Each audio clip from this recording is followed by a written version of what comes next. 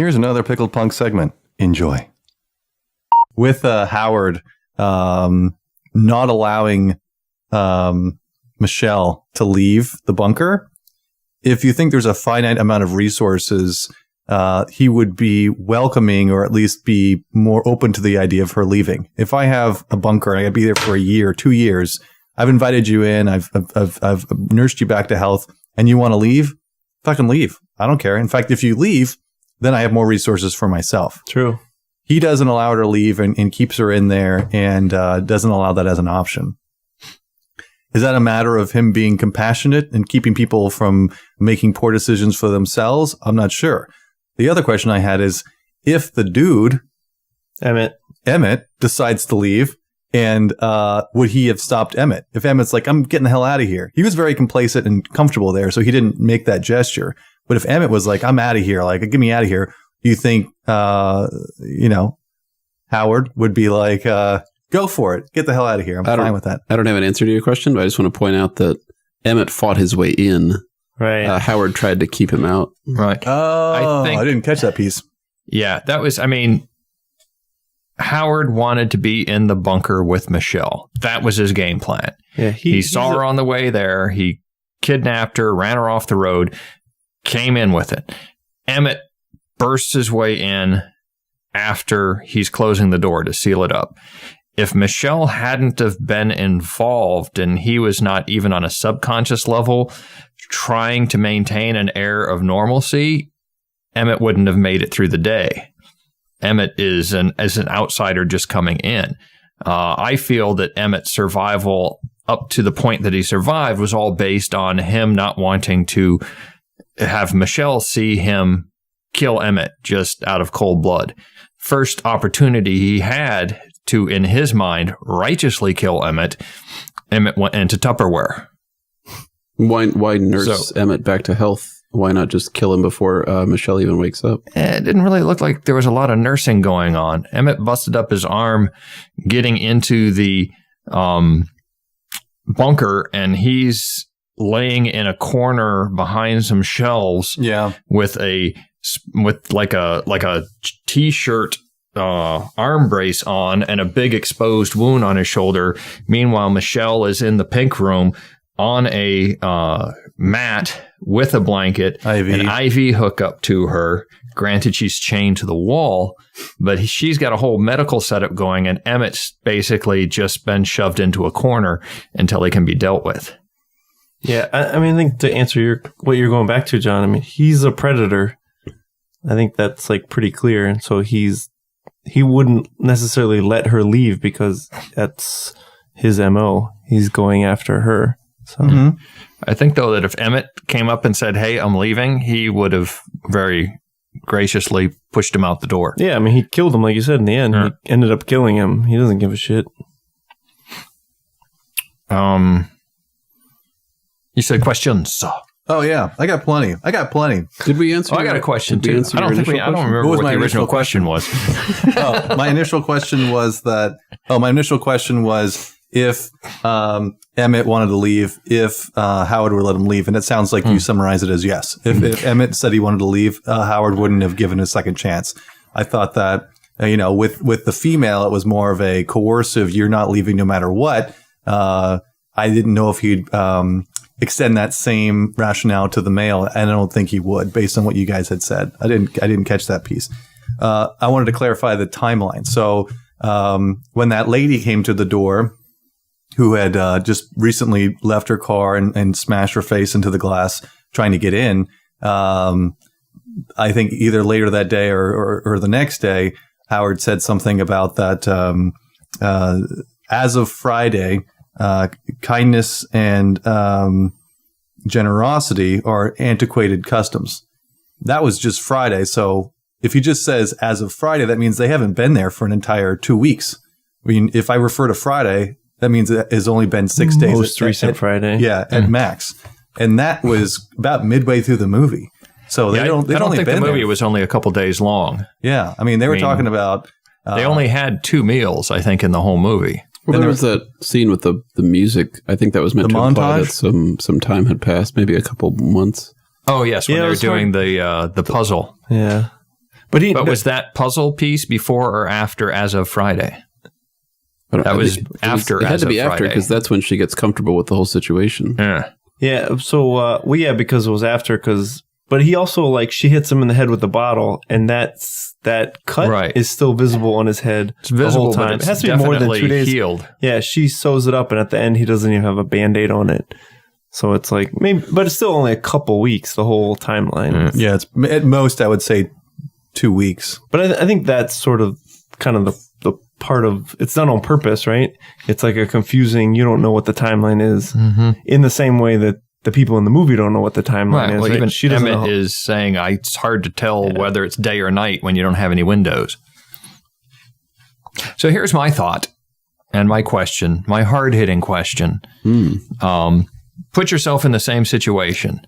Something has happened that you're no longer able to survive. You are unprepared for it, but you find yourself in a situation where you're being supported by someone who is prepared for it. What level of crazy are you willing to put up with in that situation? So you are reliant on someone else's bunker and supplies to survive. What is the limit to which you say, okay, this isn't working, I'm getting out of here? I mean, so whatever it takes to keep me alive. So if he wants to dress you up as his daughter and give you ice cream cones? Ice cream cones. I mean, if I have no other resources, if I need him for food and stuff, you're going to eat him? Yeah, there's a scale here that I think that requires a little discussion amongst us. At what point has it gone too far? And I think that's what you're doing is opening that door to that concept. Sodomization? Would I be sodomized?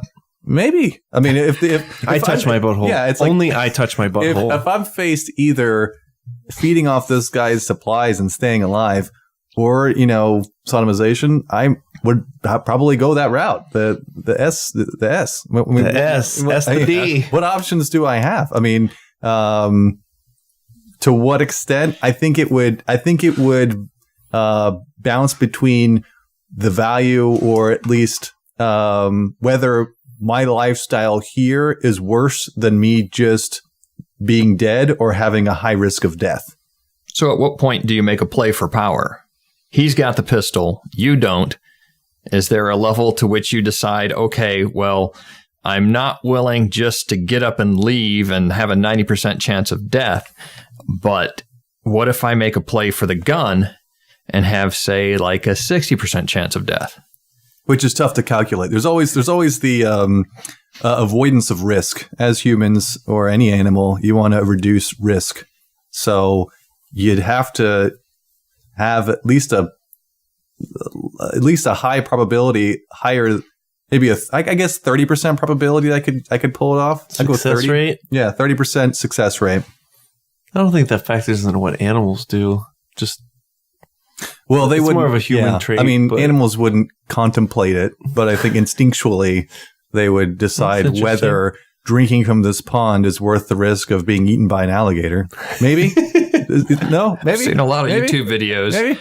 There's for like 100% chance, and they're still sucking that water. Yeah, there's an alligator in front of them. They're drinking while their buddy beside them is being pulled under. 100% and they're like, chance. Fuck yeah, more water for me. 100% chance from your perspective because you clicked on the video, elk being eaten by alligator. I don't know why there's an elk in that. Crazy elk death. Yeah. But that elk thought that they were just trying to, wet their palate. It might have been a zebra. Okay.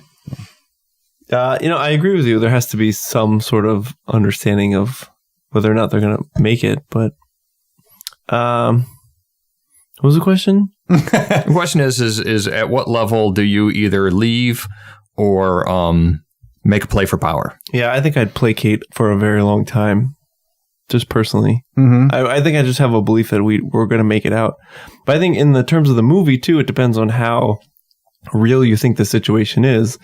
Like Michelle didn't believe that the world was ending. She just didn't believe there were aliens out there. So she's like, this guy's a creep. I got to get the fuck out of here. And only when she was faced with the elements of shit, some lady smashing her head into the window, maybe the world is ending. Then she kind of was like, okay, I'll chill out here for a while.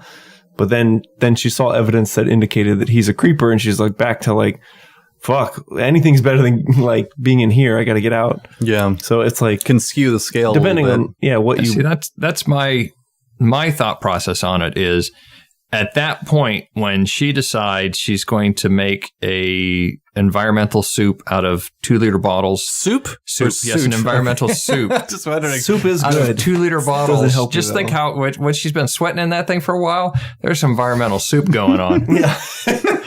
Out of an old shower curtain and 2-liter bottles, and go through all of that process to leave the bunker, which has 12 locks on the door, and seek out help.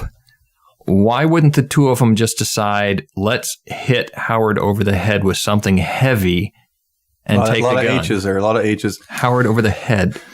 Something.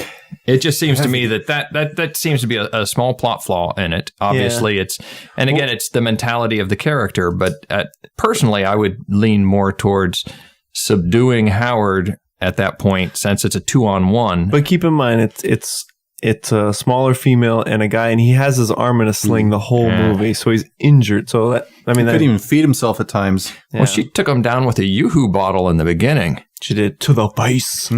Yeah. And I think that dynamic, as Brian was stating, kind of played out where it's on one level, she's smashing him over the head with the Yoo-hoo, I almost said YouTube bottle. And then after that, she's stitching up his face, which is a very risky thing to do. You're totally vulnerable. I took a shot or a slug of something, kind of a little bit groggy, and then here's the needle, stitch me up. That's a vulnerable place to be. Remember when you got your scrot was bitten off and then You stitched it up? Yeah. Thank you. I was very vulnerable. you were vulnerable. One of the both Michelle and Brian's just looking at us with disgust. Moving along. both Michelle and Emmett, they have a little scene where they're both sitting on opposite sides of the walls, Mm-hmm. and they talk about running away. Yeah. How Michelle ran away from her husband, and also those little other events that she mentioned. And then Emmett, who had that great opportunity to go to college on a track scholarship, was too intimidated. He ran away. Mm-hmm. Howard doesn't run away. He stands his ground, builds his bunker, prepares for the worst, and is ready for the worst. Mm-hmm. So there's something about running away versus holding your ground in this movie, just kind of like as a general theme. Or not even holding ground, but more complacency. Well, Emmett was definitely, Emmett didn't run away, but he allowed, by his own description, he went out of his way to not complete that particular dream. He had the opportunity to go to college. He was concerned about it. He was uncertain about it.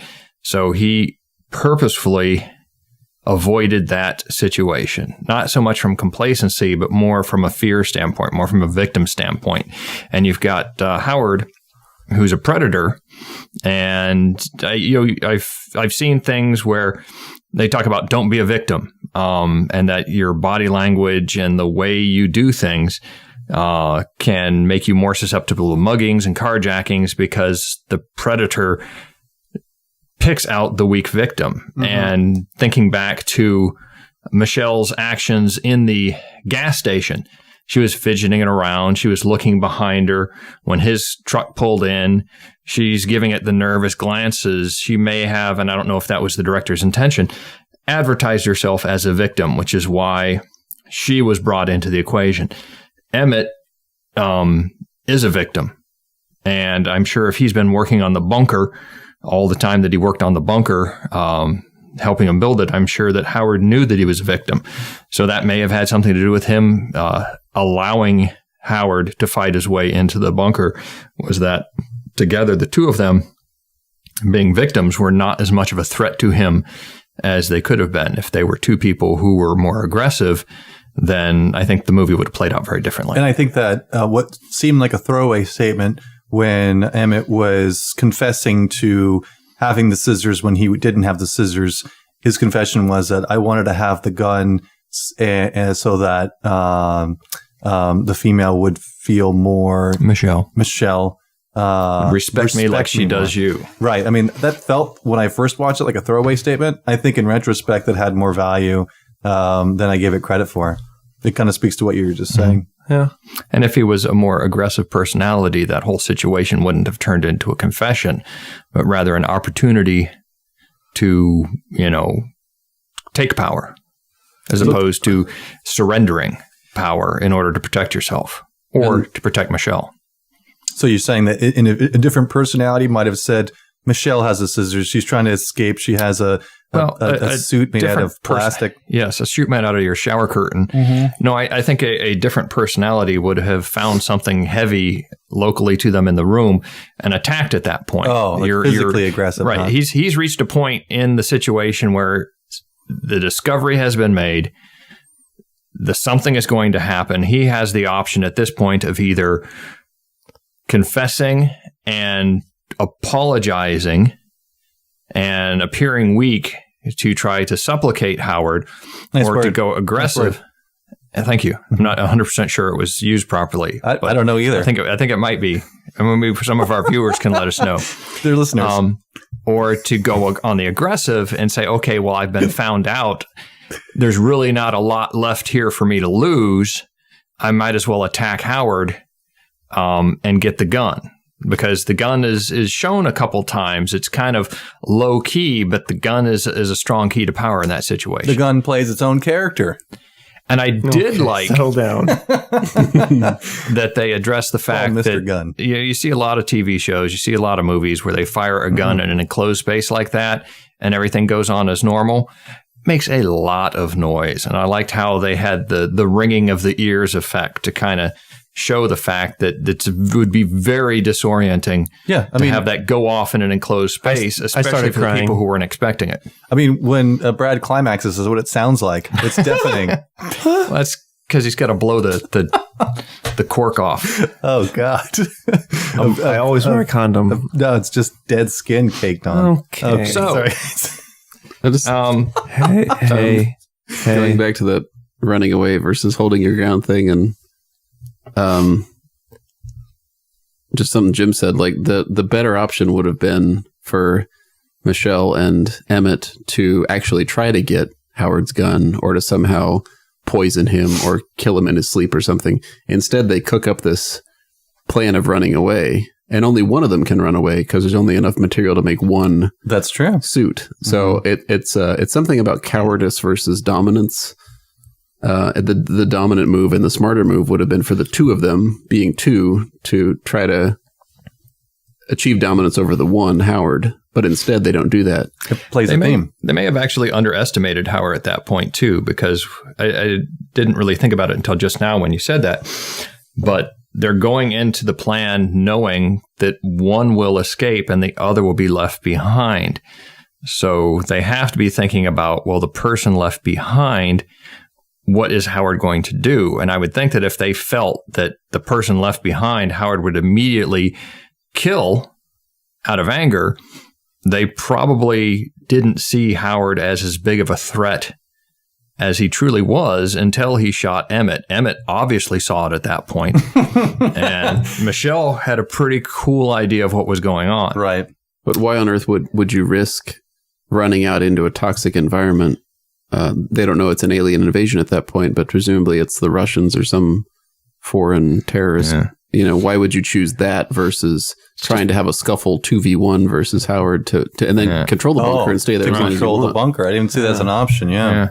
But again, that's the victim personality. They're not seeing the aggressive side of it, and maybe they're fooling themselves into thinking that the person left behind won't be in any danger. Well, I wouldn't agree with that. I think that I think it's actually more challenging and more aggressive to leave the bunker and sort of venture out on your own against an incredible amount of variables, as opposed to just take out this one variable, one dude, which you got to do either way and stay in the bunker.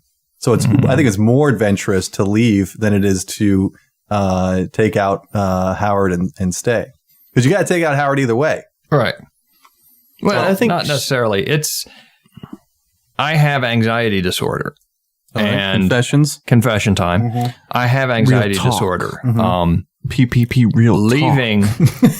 Call us. Tell us about it. My particular situation always seems less painful than staying in a situation. Explain again. I missed it.